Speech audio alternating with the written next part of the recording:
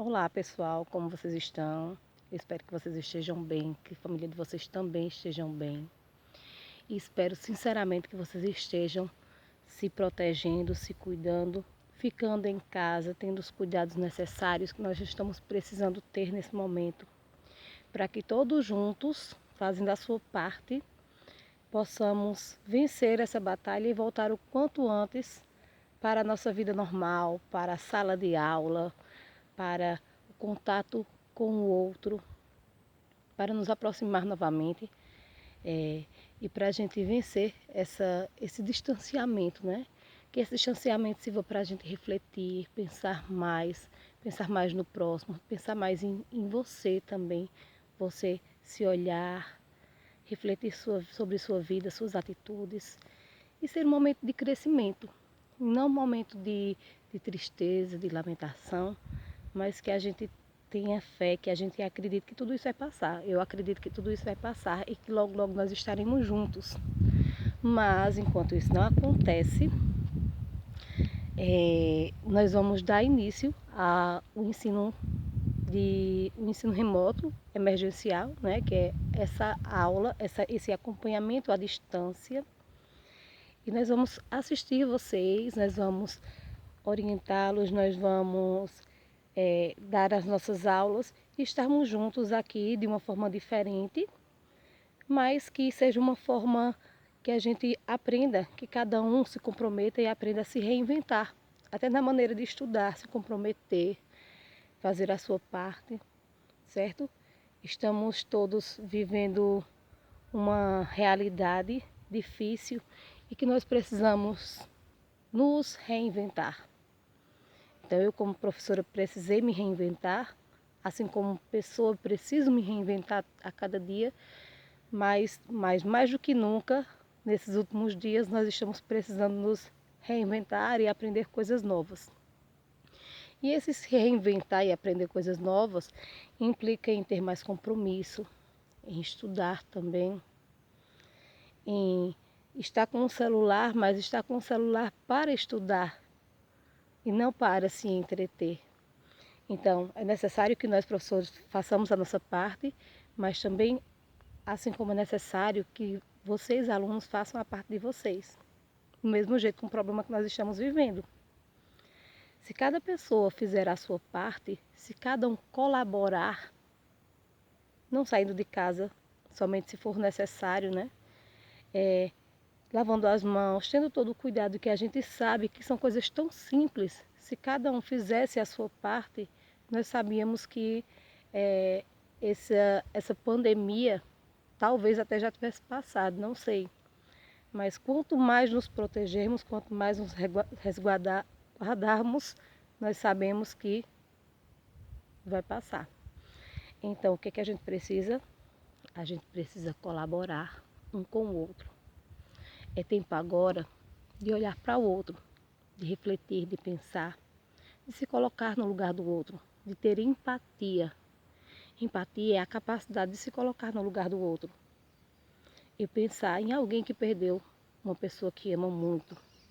E pensar assim, se fosse na minha casa, se tivesse acontecido na minha casa, se eu tivesse perdido alguém que eu amo, se tivesse acontecido comigo, a partir do momento que eu penso assim, aí eu sinto, né? Então, quando eu sinto, cai sobre mim uma responsabilidade maior. Então, eu vou pensar duas vezes se eu vou sair para jogar bola, se eu vou sair para conversar com minhas colegas, porque essa época que nós estamos vivendo, esse período que nós estamos vivendo, implica em respeito, em compromisso e, acima de tudo, em responsabilidade. Responsabilidade de cada um de nós. Disseminar a doença ou colaborar para que ela não cresça.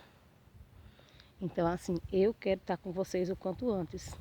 Eu quero voltar à minha vida normal o quanto antes, poder sair de casa, ir para o trabalho, sair com meus filhos. Vida normal.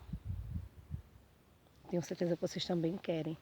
Então, para isso, a gente tem que colaborar, não é verdade?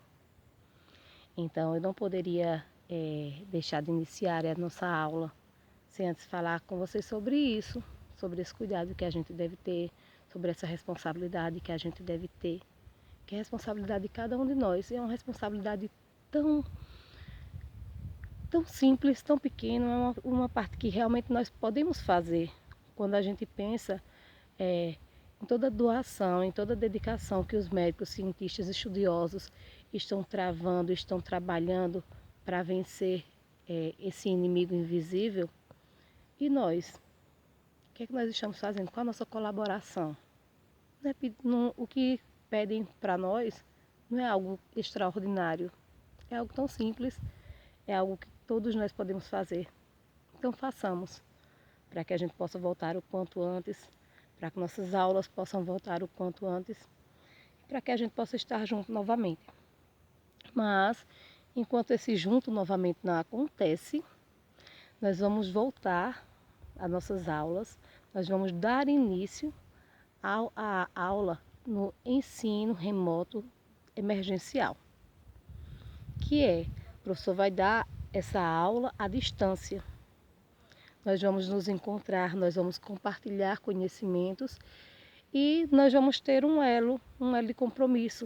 O professor faz a sua parte, explica o conteúdo, dá assistência a vocês e vocês vão ter o compromisso de ver os vídeos, de estudar os textos, de fazer as atividades e de nos enviar, certo?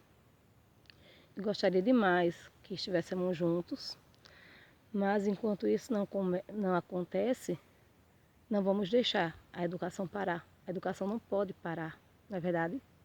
Então vamos lá. Na aula de hoje a gente vai estudar sobre o sentido da palavra, o sentido conotativo e o sentido denotativo. O sentido denotativo da palavra é o sentido literário. O que é o sentido literário, professora? O sentido literário é o sentido real. Por exemplo, eu digo assim, os domadores do zoológico conseguiram capturar a fera que havia se soltado. A fera era um animal feroz, né? Eu digo, o sol é o astro-rei. Ele está tocando em mim agora, ó. Posso senti-lo. Esse é o sentido denotativo da palavra, sentido real. Mas existe um outro sentido, que é o sentido conotativo, ou seja, o sentido figurado. O sentido figurado, ele permite maiores traduções, maiores significados. Ele permite que você dê outros sentidos à palavra, no sentido denotativo. Por exemplo, o astro, que é o sol, eu posso dizer também, você é o sol que ilumina a minha vida. Quando eu digo que você é o sol que ilumina a minha vida, eu não estou dizendo que você é o astro, o sol, mas estou dizendo que você ilumina, que você traz luz para a minha vida. Quando eu digo aquela mãe ficou uma fera quando maltrataram seu filho.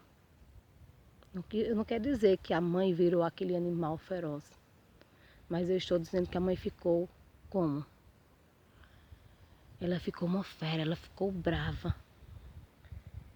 Ela ficou furiosa. Então, o sentido conotativo, ele dá espaço a outras interpretações. Por isso ele é tão usado em textos literários, em poesias, em crônicas, em tantos textos literários. Enquanto que o sentido denotativo, ele é usado em textos jornalísticos, em textos, em bulas, em textos científicos, porque esse texto requer uma clareza maior.